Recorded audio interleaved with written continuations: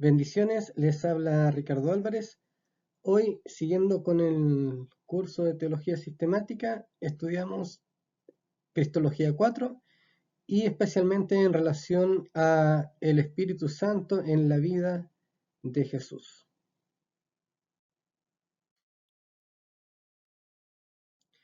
El ministerio de Jesús y su vida misma son muestra de la unción de Dios en él. La vida de Cristo es, la vida de Jesús, un ministerio ungido por el Espíritu Santo. Tenemos una indicación profética en Isaías 48, 16, 17, especialmente la última parte del versículo 16 dice: y ahora me envió Jehová el Señor y su Espíritu. Así ha dicho Jehová, Redentor tuyo, el Santo de Israel: yo soy Jehová, Dios tuyo, que te enseña provechosamente, que te encamina por el camino que debes seguir. Por lo tanto, en esta indicación profética, si vemos el ministerio y obra de Jesús en ella, estamos diciendo que es Jehová el Señor y su Espíritu quien le han enviado, y además hay una indicación del camino que debe seguir. El ministerio de Jesús, la obra de Jesús está trazada ya desde antes de su nacimiento. Así que en el momento de su nacimiento se llega a conocer lo siguiente. Tenemos en Mateo 1:18 que dice así: el nacimiento de Jesucristo fue así, estando desposada María su madre con José. Antes que se juntasen, se halló que había concebido del Espíritu Santo. Y luego en el versículo 20 dice: y pensando él en esto, José, he aquí un ángel del Señor le apareció en sueños y le dijo: José, hijo de David, no temas recibir a María tu mujer, porque lo que en ella es engendrado del Espíritu Santo es. Eso fue lo dicho a Mateo. A María se le dijo lo siguiente.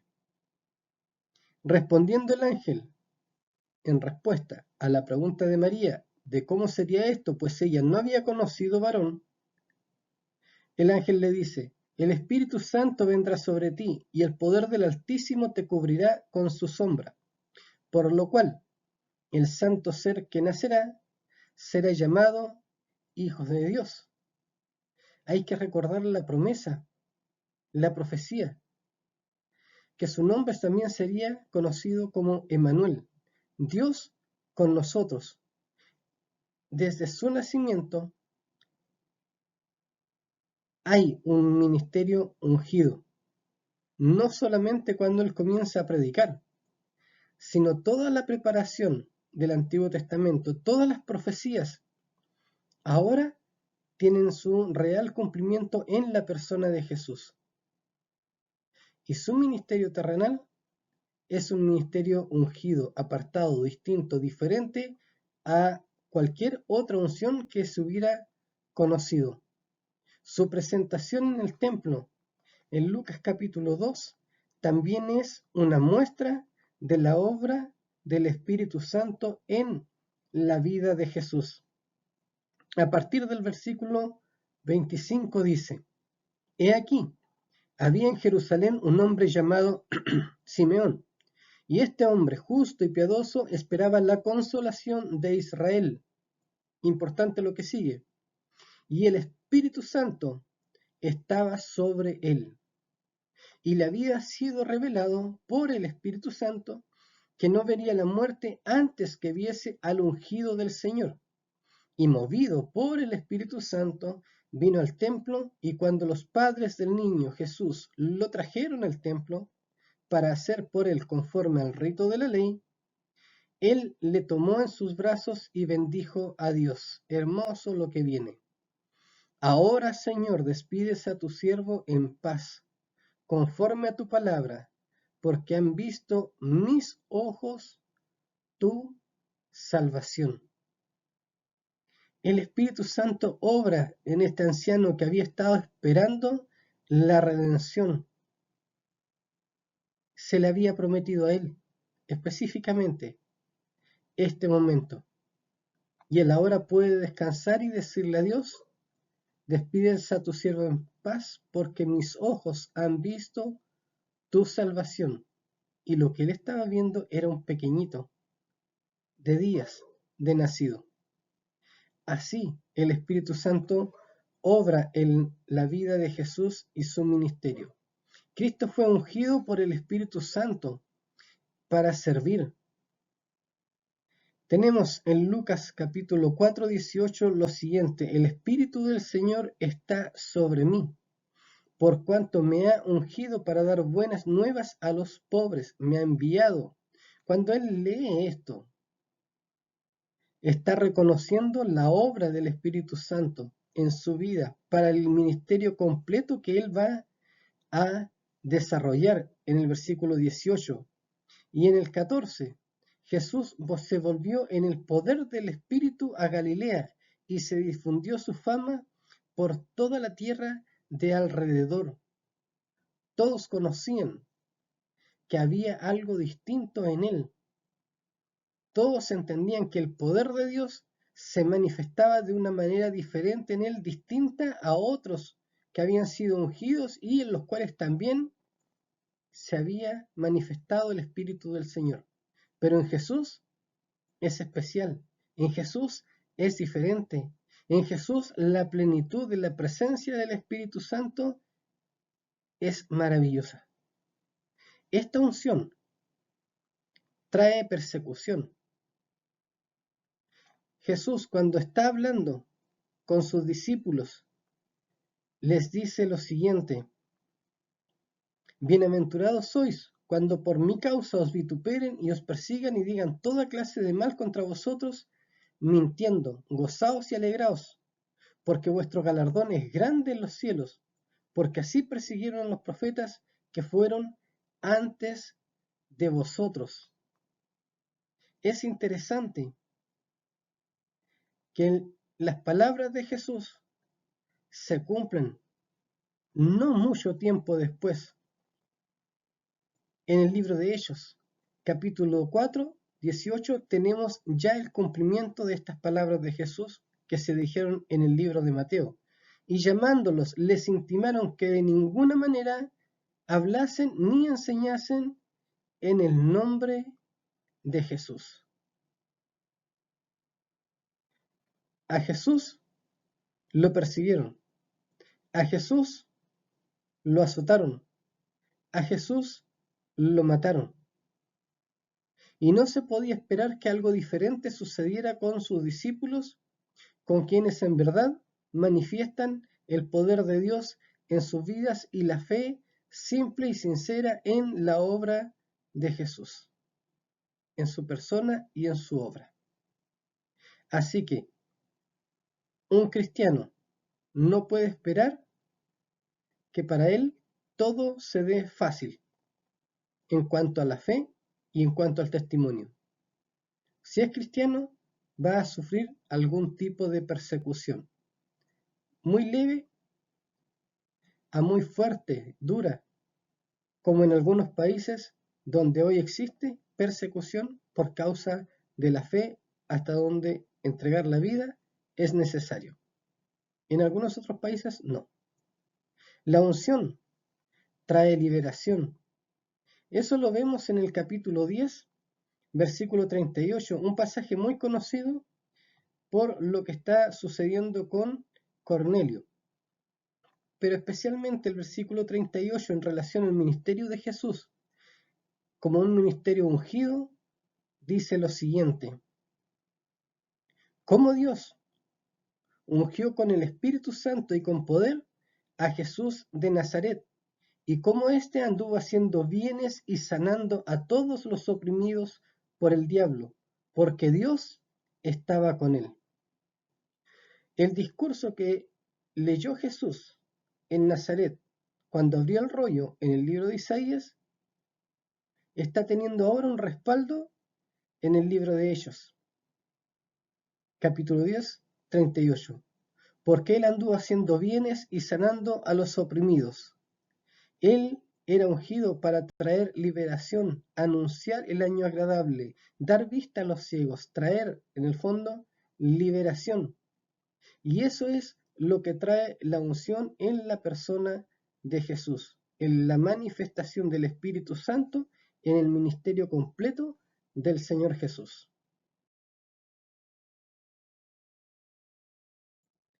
Cristo estaba lleno del Espíritu Santo. En Juan 1:33 leemos lo siguiente: y yo no le conocía, pero el que me envió a bautizar con agua, aquel me dijo, sobre quien veas descender el Espíritu y que permanece sobre él, ese es el que bautiza con el Espíritu Santo. Interesante aquí que muchos que fueron ungidos en el Antiguo Testamento, el Espíritu Santo se manifestaba en ellos temporalmente, pero en la vida de Jesús es distinto. El testimonio hacia Juan el Bautista es que donde sobre quien veas descender el Espíritu y que además permanece sobre él, ese es el que bautiza con el Espíritu Santo y fuego.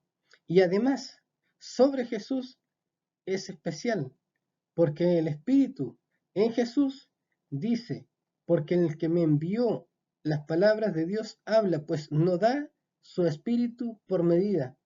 Es una llenura completa, es una llenura especial, no es temporal, no es de corto plazo, sino que se manifiesta de manera plena en la vida de Jesús.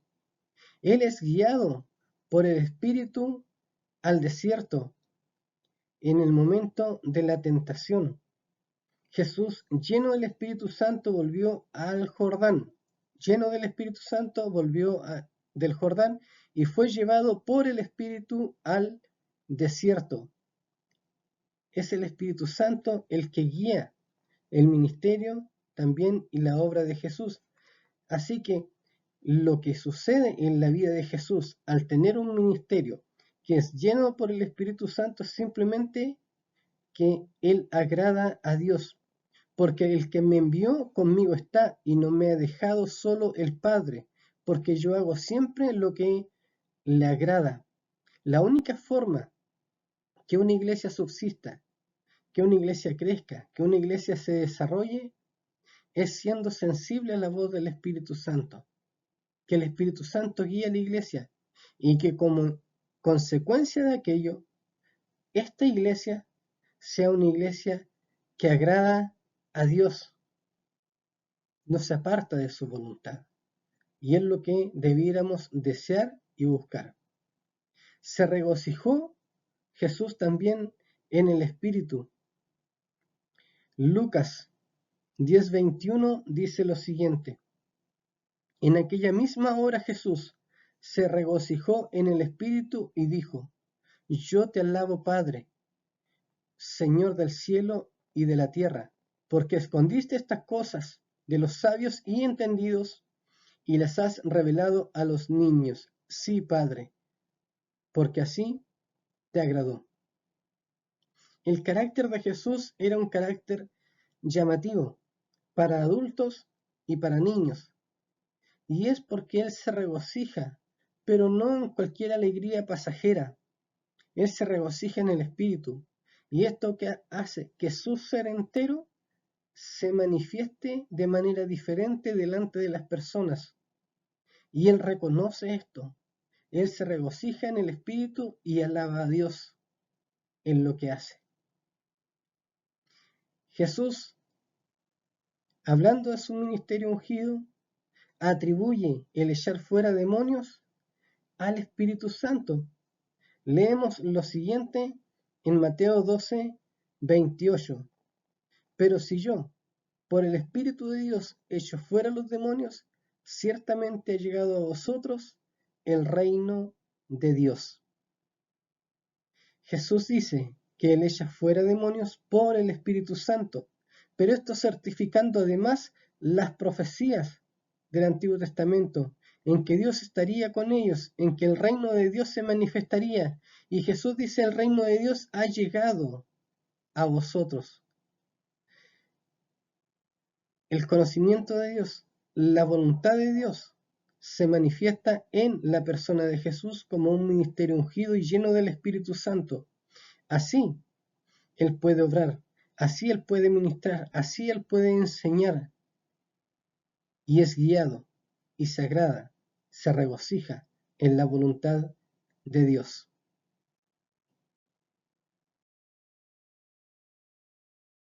Tenemos una profecía en el libro de Isaías.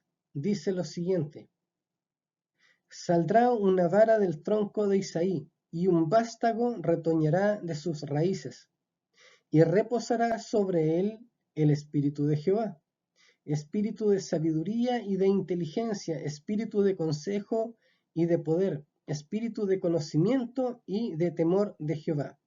Y le hará entender diligente en el temor de Jehová. No juzgará según la vista de sus ojos, ni arguirá por lo que oigan sus oídos.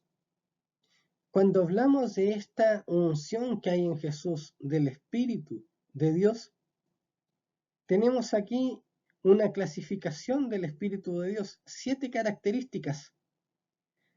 Si recuerdan, Isaías habla de los 7 Espíritus de Dios. Podemos ver estas 7 cualidades o características del Espíritu de Dios, la perfección del Espíritu Santo en la vida y ministerio de Jesús. Vamos a desglosar un poquito lo que es la profecía. La hemos leído, entonces también veamos su cumplimiento. Espíritu de Jehová. Esto ya lo leímos. Lucas 1:35. Y vendrá sobre ti el Espíritu Santo, te cubrirá, y el santo ser que nacerá será llamado Hijo de Dios o Hijo del Altísimo. Ese Espíritu de Jehová es un espíritu que da vida.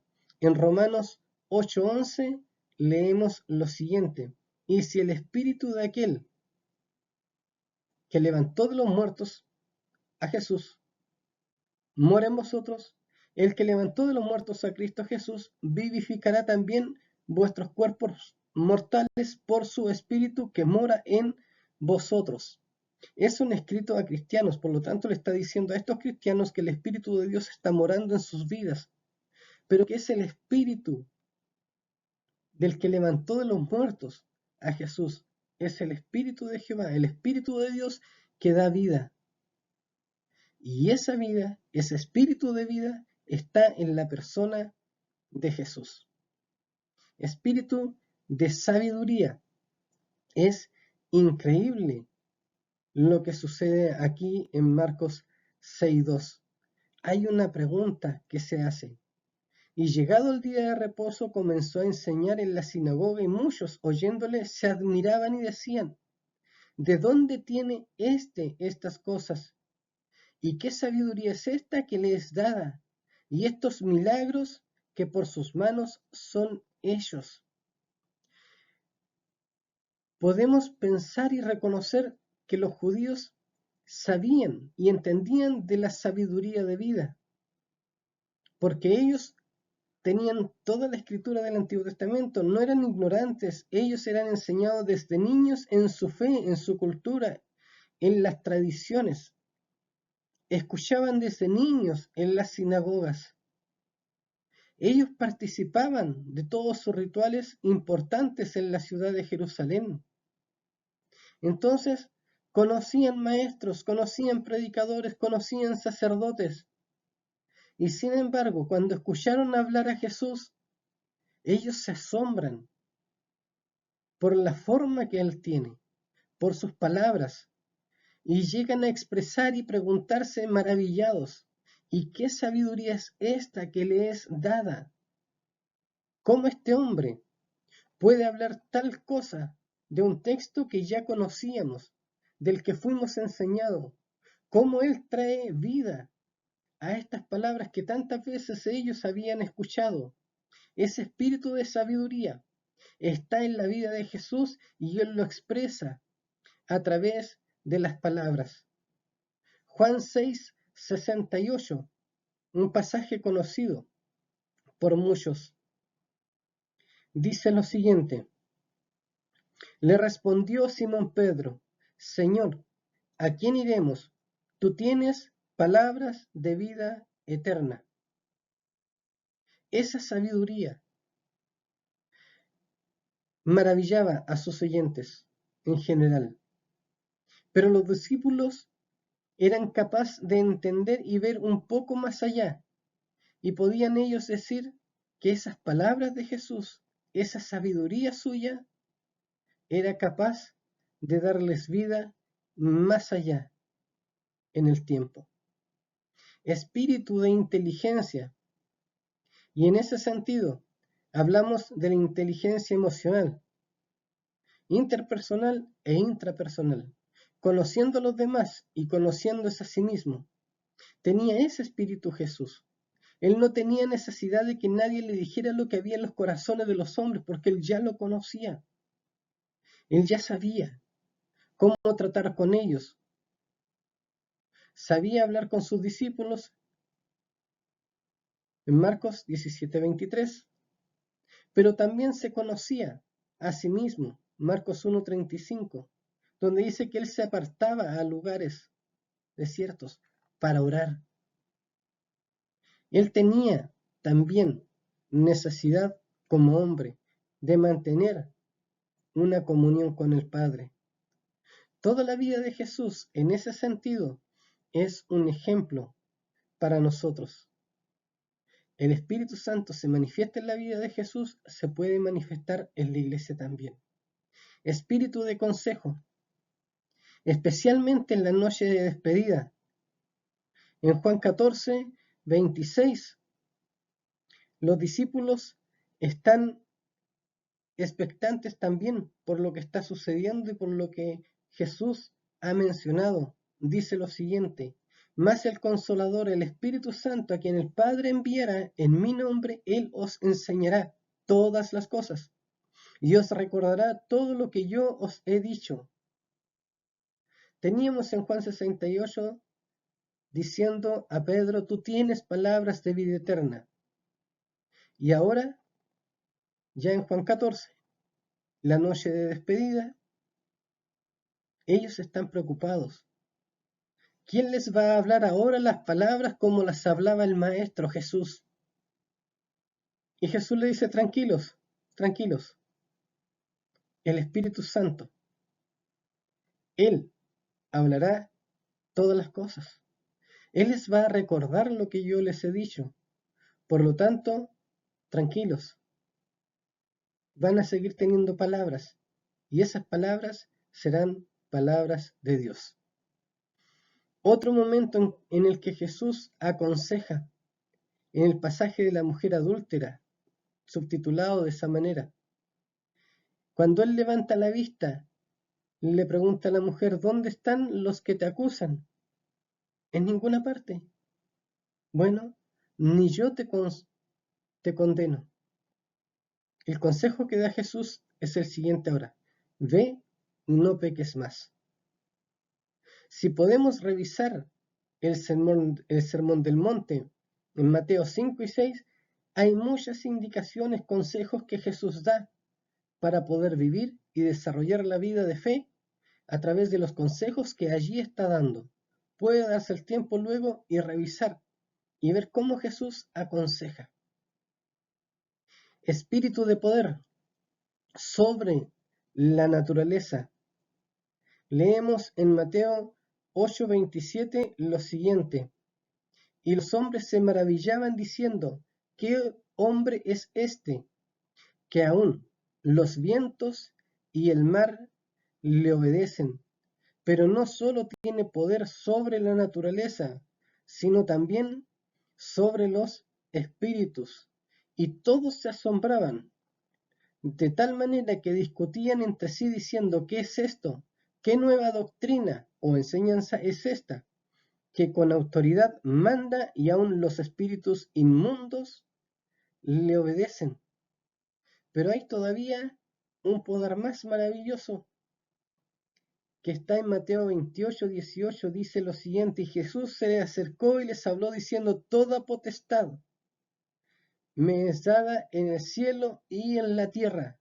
Por lo tanto, Él tiene poder para enviar, porque su autoridad sobrepasa en espíritu todo poder que ellos conocían hasta ese momento.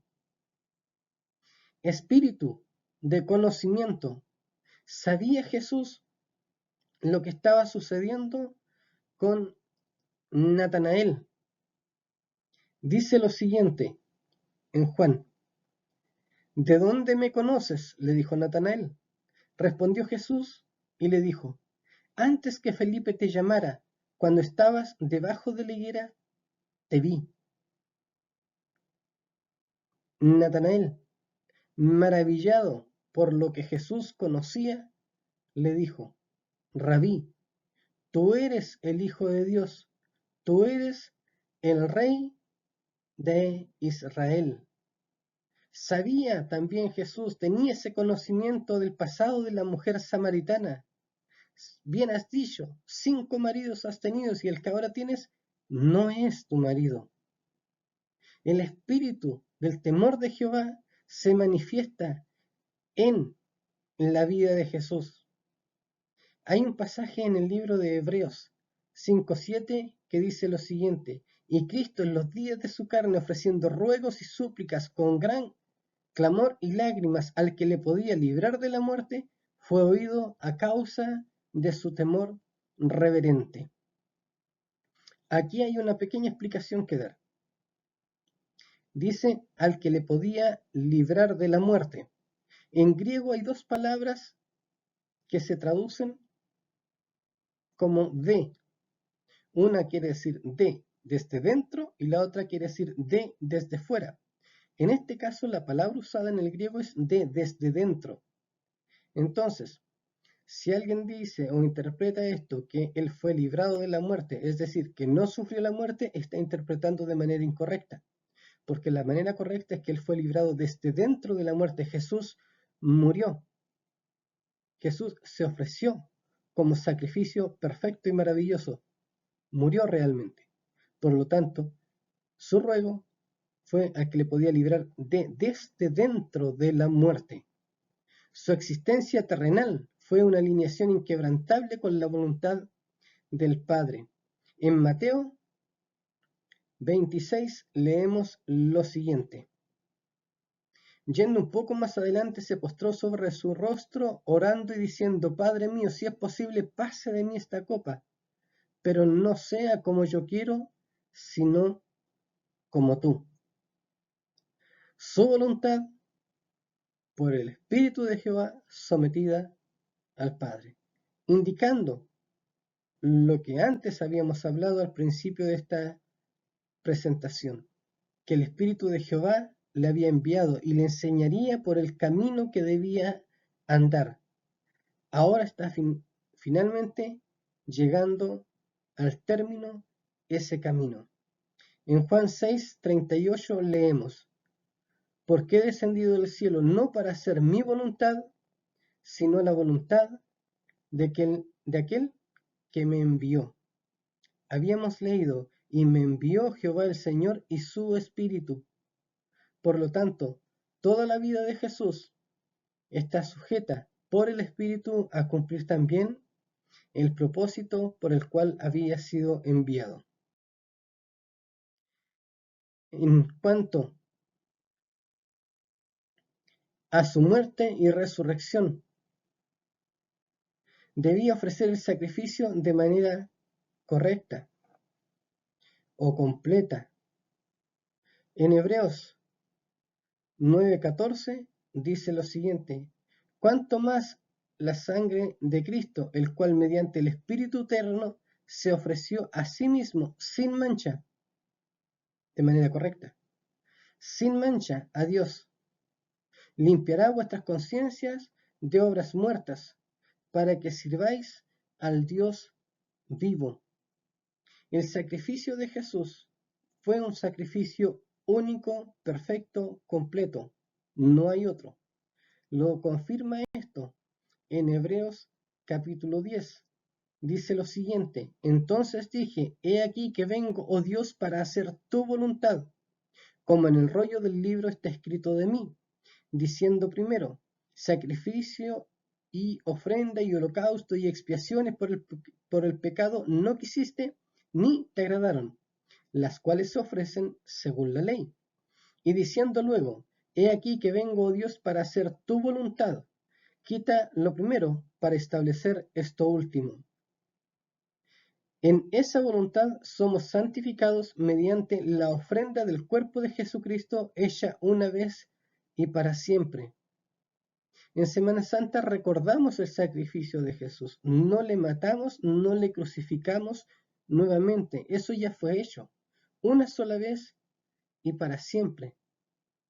Tenemos que saber y entender también que el Espíritu Santo es participante en la resurrección de Jesús.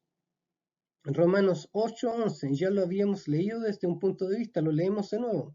Y si el espíritu de aquel que levantó a los muertos a Jesús mora en vosotros, el que levantó de los muertos a Cristo Jesús vivificará también vuestros cuerpos mortales por su espíritu que mora en vosotros. El espíritu de Dios, el espíritu de aquel que levantó de los muertos a Jesús mora en vosotros. Pero hay algo maravilloso en esto. Leemos en Juan 10:17 lo siguiente: por esto me ama el Padre, porque yo pongo mi vida para volverla a tomar. El 18, nadie me la quita, sino que yo de mí mismo la pongo. Tengo poder para ponerla y tengo poder para volverla a tomar. Este mandamiento recibí de mi Padre. Es el Espíritu Santo participante en la resurrección. Es la misma voluntad del Hijo participante en la resurrección. Pero también entendemos que el Padre mismo participa de la resurrección. Pedro dice, al cual Dios levantó sueltos los dolores de la muerte, por cuanto era imposible que fuese retenido por ella. En la resurrección participa el Espíritu Santo. En la resurrección participa la voluntad y obra de Cristo. En la resurrección participa Dios el Padre, la Trinidad obrando en este evento maravilloso que es distintivo de la fe cristiana, la resurrección de Jesús, la tumba vacía. Y entonces, para finalizar, en relación a la iglesia, da mandamientos por el Espíritu Santo a sus seguidores durante 40 días. Hechos capítulo 1, versículo 1 y 2. Jesús es el dador del Espíritu Santo cumpliendo la promesa dada en Juan 15:26. Y hay que saber esto y entenderlo de una manera enfática y simple. No hay forma que la iglesia cumpla su ministerio si no es siendo guiada por el Espíritu Santo. La iglesia no es una institución como cualquier otra. La iglesia es el cuerpo de Cristo y por lo tanto debe ser guiada por el Espíritu Santo hacia el cumplimiento de todo su ministerio ahora. La iglesia debe asumir que el que cree en mí, las obras que yo hago, él las hará también y aún mayores hará, porque yo voy al Padre. El ministerio de Jesucristo continúa expresándose a través de la iglesia y el poder de su Espíritu. El Señor les bendiga.